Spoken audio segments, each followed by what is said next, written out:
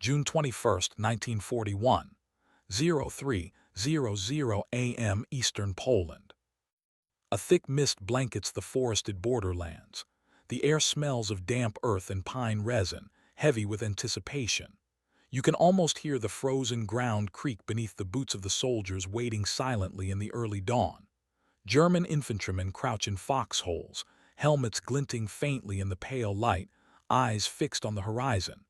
Tanks are lined up behind them, their engines humming softly, ready to roar to life.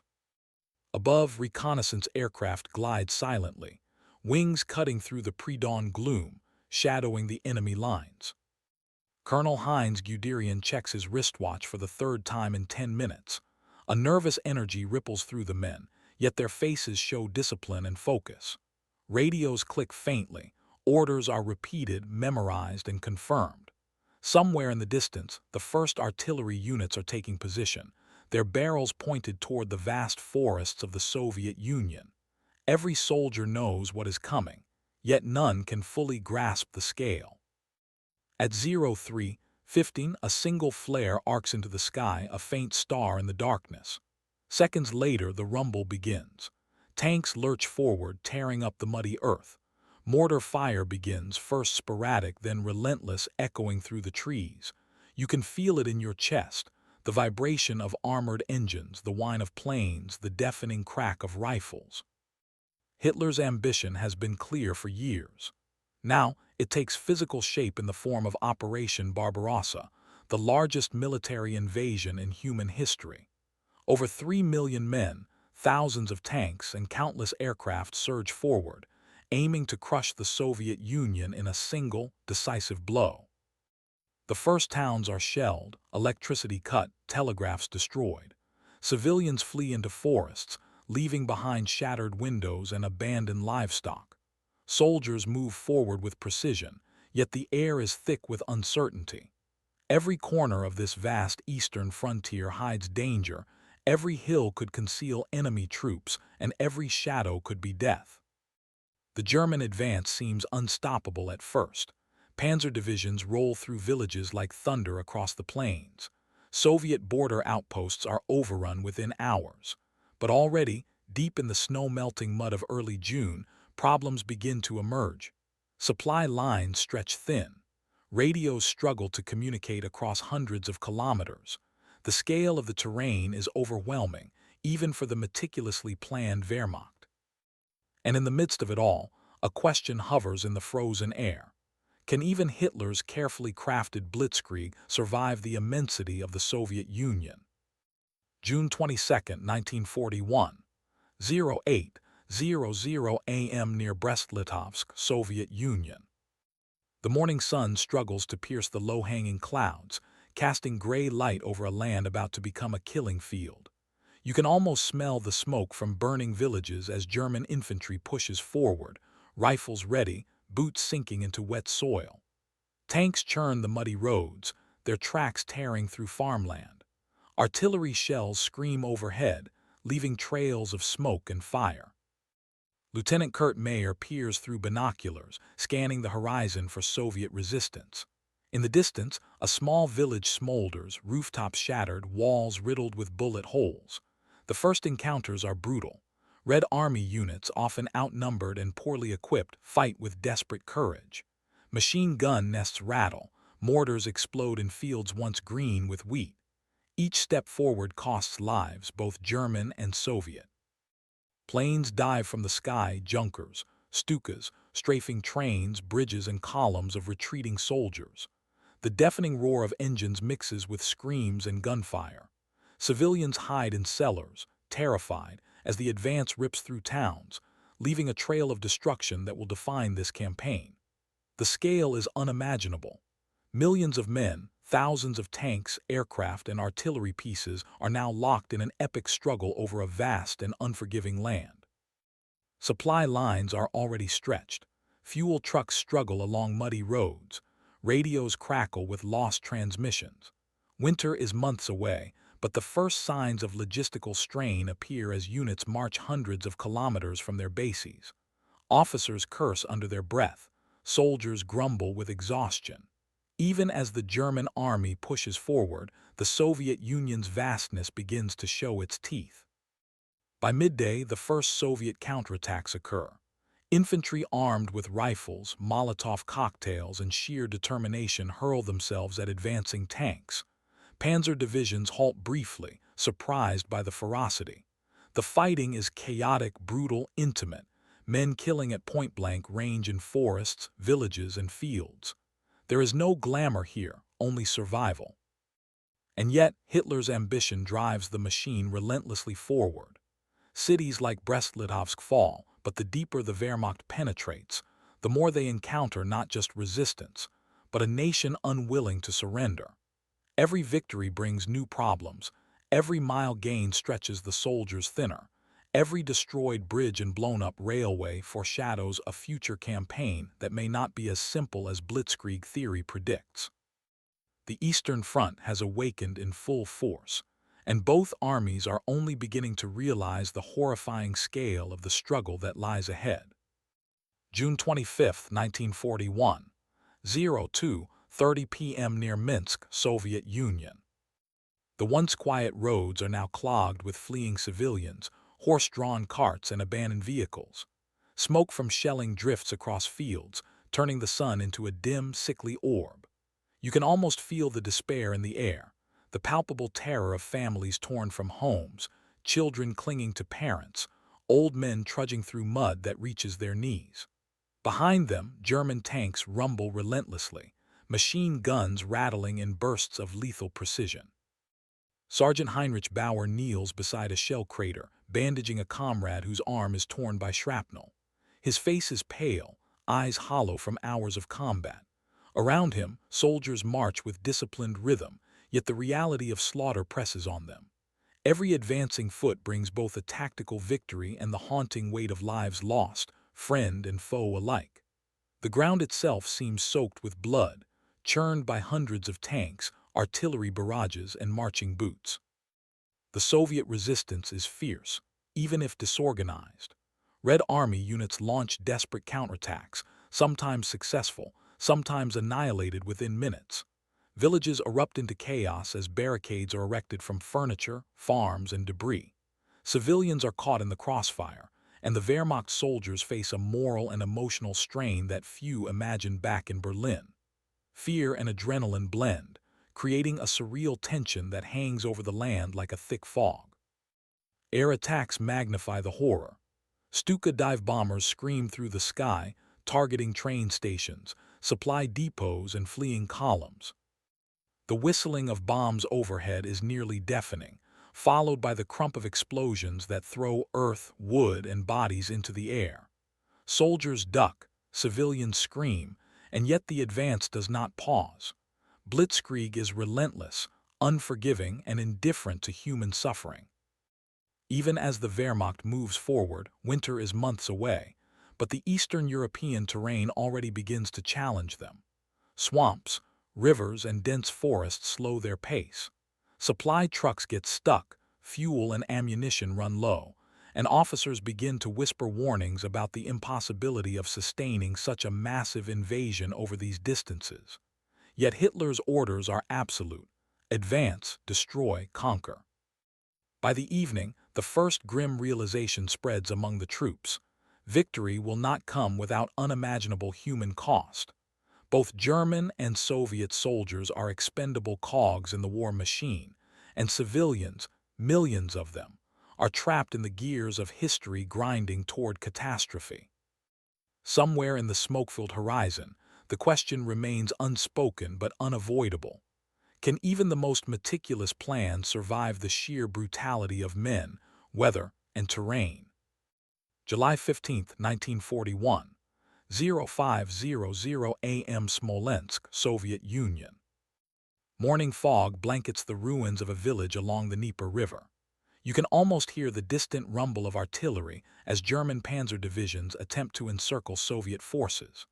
The roads are clogged with wrecked vehicles, burned-out tanks, and the bodies of men who moved too slowly or too boldly. Soldiers trudge forward through mud and debris, faces streaked with dirt and exhaustion, boots soaked from crossing streams swollen by early summer rains.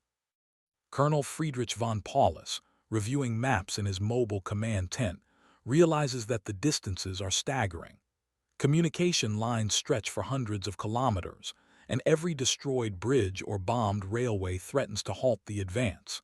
Supply trucks creak under weight, soldiers carry ammunition over impossible terrain, and fuel is rationed like gold. Every tactical victory comes at a staggering logistical price. Meanwhile, Soviet troops fight with a tenacity the Germans had underestimated. Infantrymen, camouflaged in forests and marshes, ambush tanks and convoys with Molotov cocktails, landmines, and sniper fire. Civilians form militias, hiding in cellars and forests, guiding soldiers and sabotaging bridges and trains. The Red Army may lack coordination, but it makes up for it with raw determination and intimate knowledge of the land. The human cost rises daily. German soldiers witness villages reduced to rubble, families hiding in basements, and children scavenging corpses for food. Letters from home arrive sporadically, offering little comfort. Morale fluctuates. Some soldiers are hardened by necessity, others haunted by the sights of slaughter and suffering. There is no respite, no safe rear.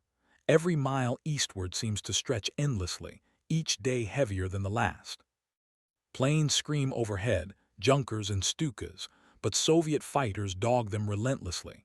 Dogfights light the sky, tracer bullets painting arcs across the gray clouds. Anti-aircraft fire erupts from hidden positions, sending shrapnel and smoke into the air. Even the most seasoned Luftwaffe pilots grow wary. The Russians are relentless, unpredictable, and increasingly coordinated. By mid-July, the German advance slows despite early successes. The sheer scale of the Soviet Union, the resistance of its people, and the unforgiving terrain begin to strangle the Wehrmacht. Supplies run dangerously low, men collapse from fatigue, and Hitler's promise of a swift victory starts to feel impossibly distant. The Eastern Front is no longer a quick march. It has become a grinding, relentless struggle, consuming men, machines, and morale alike. And deep in the forests and swamps, unseen eyes watch every movement.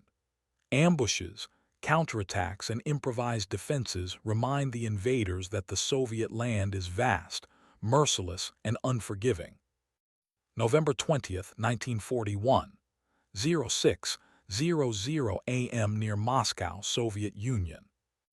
The first snow falls silently, coating the broken roads and burned-out villages in a thin, deceptive layer of white. You can almost feel the biting wind cutting through the German soldiers' uniforms, numbing fingers around rifles and freezing exposed skin. The ground is hard, icy, and treacherous, turning every step into a battle against both terrain and the bitter cold. Panzer divisions, once the pride of the Wehrmacht, struggle across frozen rivers and fields. Engines sputter, lubricants freeze, and tanks stall, abandoned in drifts of snow. Supply lines, already overstretched, are immobilized by ice and mud. Food runs scarce, rations shrink. Soldiers eat frozen potatoes or nothing at all, their breath visible in the frigid air, eyes glazed from exhaustion and frostbite. Soviet troops, hardened by years of harsh winters, strike with brutal efficiency. Snipers pick off officers, artillery shells explode on frozen roads, and the icy forests become deadly traps. Partisans emerge from the shadows, sabotaging railways and supply convoys, leaving the invaders isolated and vulnerable. Every step forward is met with resistance that grows as relentless as the winter itself. Civilians huddle in crumbling homes, fires burning low to conserve fuel. Children and the elderly shiver silently, witnesses to the unfolding catastrophe. German soldiers, once confident, now stumble through snow-laden forests, weighed down by heavy coats and the weight of impossible orders. Letters from home speak of autumn leaves and warmth, a memory that feels as distant as another world. Even Hitler's generals begin to worry. The speed of blitzkrieg has slowed to a crawl. Units are frozen in place, unable to advance. Morale drops, despair creeps into the ranks. Yet Hitler refuses to halt the offensive. Moscow must fall, he insists, no matter the cost. His orders are absolute and the men follow because defiance is unthinkable and retreat is synonymous with death. Amid the howling wind, artillery fire echoes across the frozen plains. Tanks groan as they try to climb snow-covered hills, soldiers collapse in exhaustion, and Moscow looms ahead, a prize as dangerous as it is elusive. The Eastern Front, once a land of rapid conquest, has become a frozen trap, merciless and indifferent to human ambition. And as the first heavy snow accumulates, the question grows louder in the minds of both commanders and soldiers. Can the Wehrmacht survive a Russian winter, or will it be consumed by it? December 5, 1941, 04:30 a.m. approaching Moscow. A gray dawn rises over the smoldering outskirts of the Soviet capital. You can almost hear the crunch of frozen mud beneath the boots of exhausted German soldiers. Tanks groan as they inch along icy roads, some wheels broken, others abandoned. Smoke from destroyed supply convoys curls into the frigid air. The stench of gunpowder mixes with the biting scent of frostbitten earth. Lieutenant Ernst Koenig peers through binoculars at the distant city skyline. Plumes of smoke rise from Soviet defenses.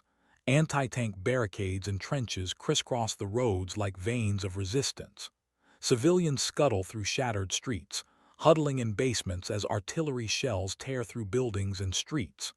The German army, once confident, now hesitates under the weight of winter, stretched lines, and relentless opposition. Soviet forces, reinforced and emboldened by the harsh climate, launch counterattacks. Infantry armed with rifles, Molotov cocktails, and desperate determination strike German units from hidden positions. Snipers pick off officers from icy rooftops. Machine gun nests erupt in bursts of fire, shredding advancing infantry. Partisan raids behind German lines disrupt supply chains, leaving trucks and trains abandoned in snowdrifts. The human cost is staggering. Soldiers collapse from frostbite, starvation, and exhaustion. Their faces, frozen and pale, reflect the mental strain of constant combat in a merciless landscape. Letters home speak of longing and fear. Friends are lost daily, swallowed by both enemy fire and the brutal environment. Civilians trapped in the city endure hunger, cold, and terror, their cries blending with the relentless thrum of war. Hitler's orders are clear: Moscow must fall. Retreat is forbidden. Yet the reality of the Eastern Front is impossible to ignore. Supply lines have broken, tanks are immobilized, and morale falters.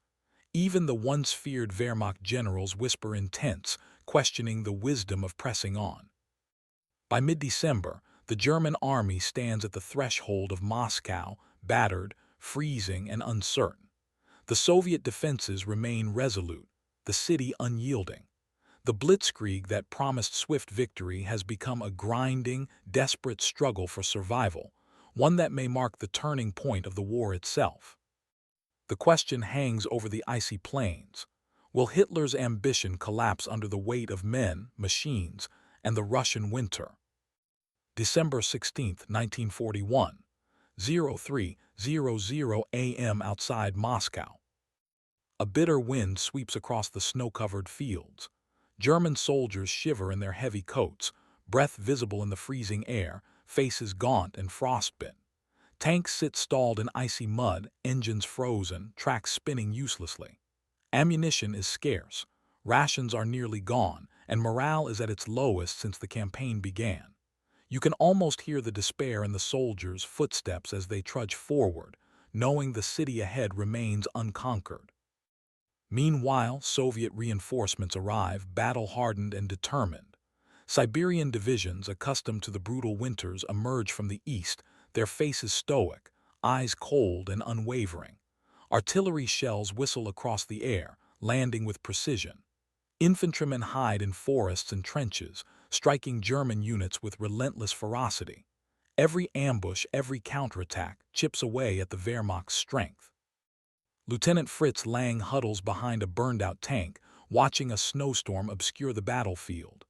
"They're everywhere," he mutters, scanning for enemy movement. The sheer scale of the Soviet defenses, combined with the weather, is crushing. Soldiers are freezing to death, not just from bullets but from exposure. Medical units struggle to treat frostbite and hypothermia while under fire. The German High Command realizes the unthinkable. The blitzkrieg is stalled. Months of rapid advance, once unstoppable, have ground to a halt. Hitler refuses to consider retreat, insisting on offensive action, but commanders argue for consolidation. Supplies cannot keep pace with men. Communications fail. Chaos spreads. The invaders, once masters of the Eastern Front, are now at the mercy of both enemy and environment. Civilians, long caught between armies, endure the siege silently. Children and the elderly freeze in basements, families scavenge for food, and hope dwindles with each passing day. The human cost, once abstract, becomes impossible to ignore. Both German and Soviet forces bear the weight of unimaginable suffering.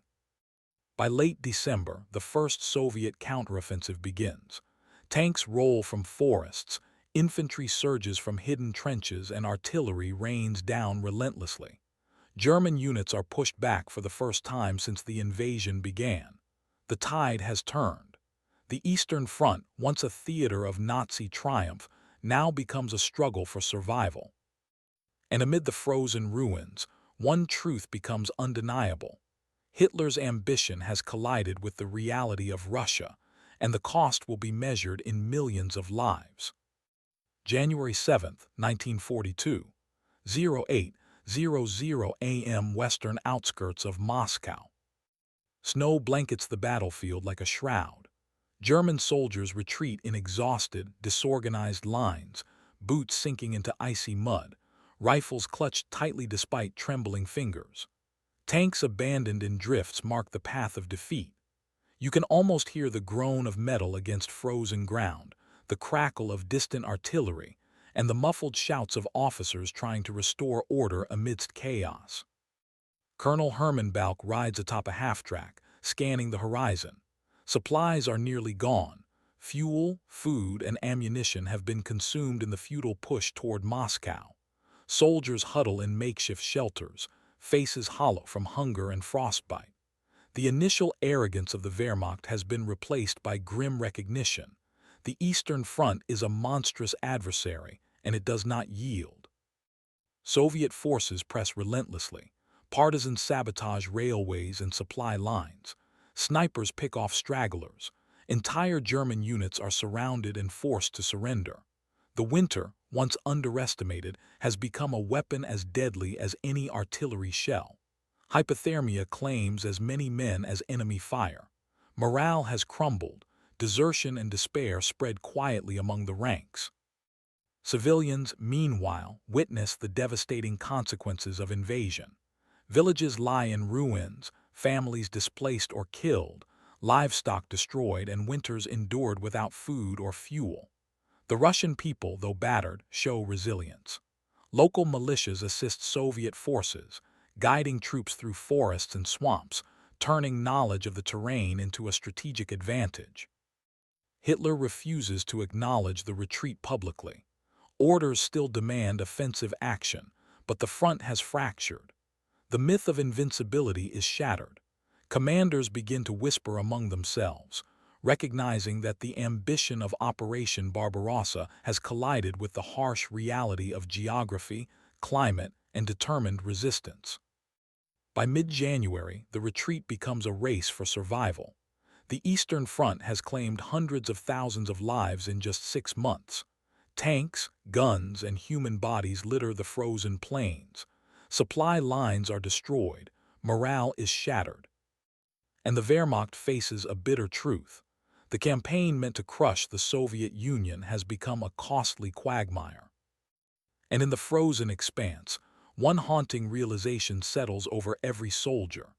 No strategy, no discipline, and no army can conquer Russia without paying a terrifying human price. February 1, 1942, 10:00 a.m. Western Russia. The snow stretches endlessly, a white wasteland broken only by the jagged silhouettes of destroyed tanks and charred villages. You can almost hear the crunch of frozen boots over ice-crusted mud, and the distant groan of artillery echoing through the plains. German soldiers huddle around meager fires, faces etched with exhaustion, frostbite, and despair. Even officers, once confident in the invincibility of the blitzkrieg, whisper doubts to one another. Lieutenant Carl Schmidt scribbles a letter home by candlelight in a bombed-out farmhouse. The words are shaky, unsure. He describes the cold, the hunger, the endless retreat, the crushing weight of death surrounding every step. Around him, comrades shiver silently, aware that survival is no longer guaranteed.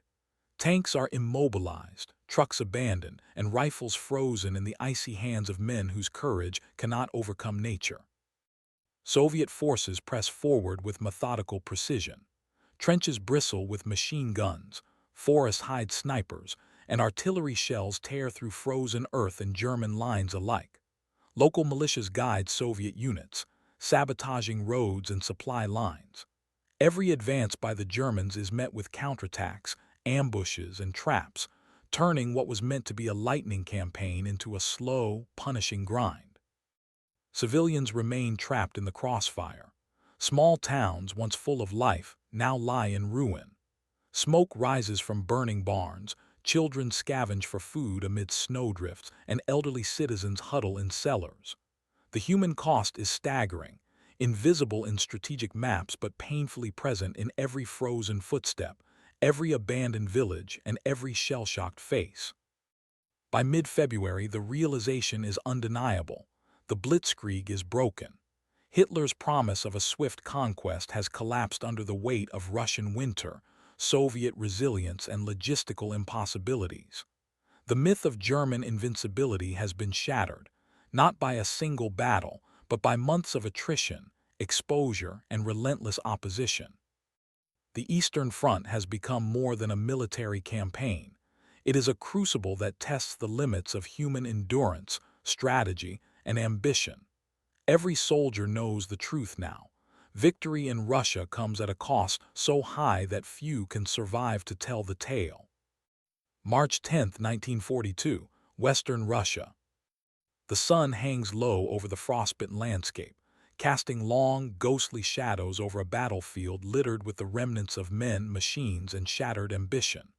You can almost hear the wind whistle through hollowed-out tanks and ruined villages, carrying with it the memory of screams, orders shouted in panic, and the groans of the dying. The Eastern Front is silent now, but silence here is never peace. Colonel Heinrich von Weissenberg walks along a frozen road, inspecting what remains of a decimated division. Soldiers sit in snowdrifts, eyes vacant, fingers numb, chewing on scraps of food. The pace of the German advance has slowed to a crawl, and the first real retreats have begun. Victory promised by Hitler and the doctrine of blitzkrieg lies in tatters. Logistics, weather, and sheer human endurance have proven more formidable than any battlefield maneuver. Soviet forces hold their lines firmly. Reinforcements from Siberia, winter-hardened and disciplined, fortify positions outside Moscow, while partisan activity behind German lines further weakens the invaders. Every inch of territory claimed by the Wehrmacht has been bought with blood, frostbite, and the unraveling of morale. Even the most skilled commanders recognize that the campaign has become a war of attrition they cannot win swiftly. Civilians emerge cautiously from the ruins. Families dig through debris for belongings, livestock, or food, faces hollow from hunger and fear. The human cost of Hitler's ambition is everywhere visible: destroyed homes, orphaned children, and the scars etched onto the land. For many, survival has become the only goal, a grim testament to the brutality of the Eastern Front. By the end of the winter, historians and soldiers alike would recognize Operation Barbarossa as a turning point, not just in the war, but in understanding the limits of human ambition, strategy, and the unforgiving reality of geography and climate. Millions of lives were lost, thousands of tanks destroyed, and an ideology of invincibility was forever tarnished by the cruel, frozen expanse of the Soviet Union. And as the snow begins to thaw, one stark truth remains. No army, no matter how powerful, can conquer a land that refuses to be subdued without paying a staggering price in blood, courage, and human suffering.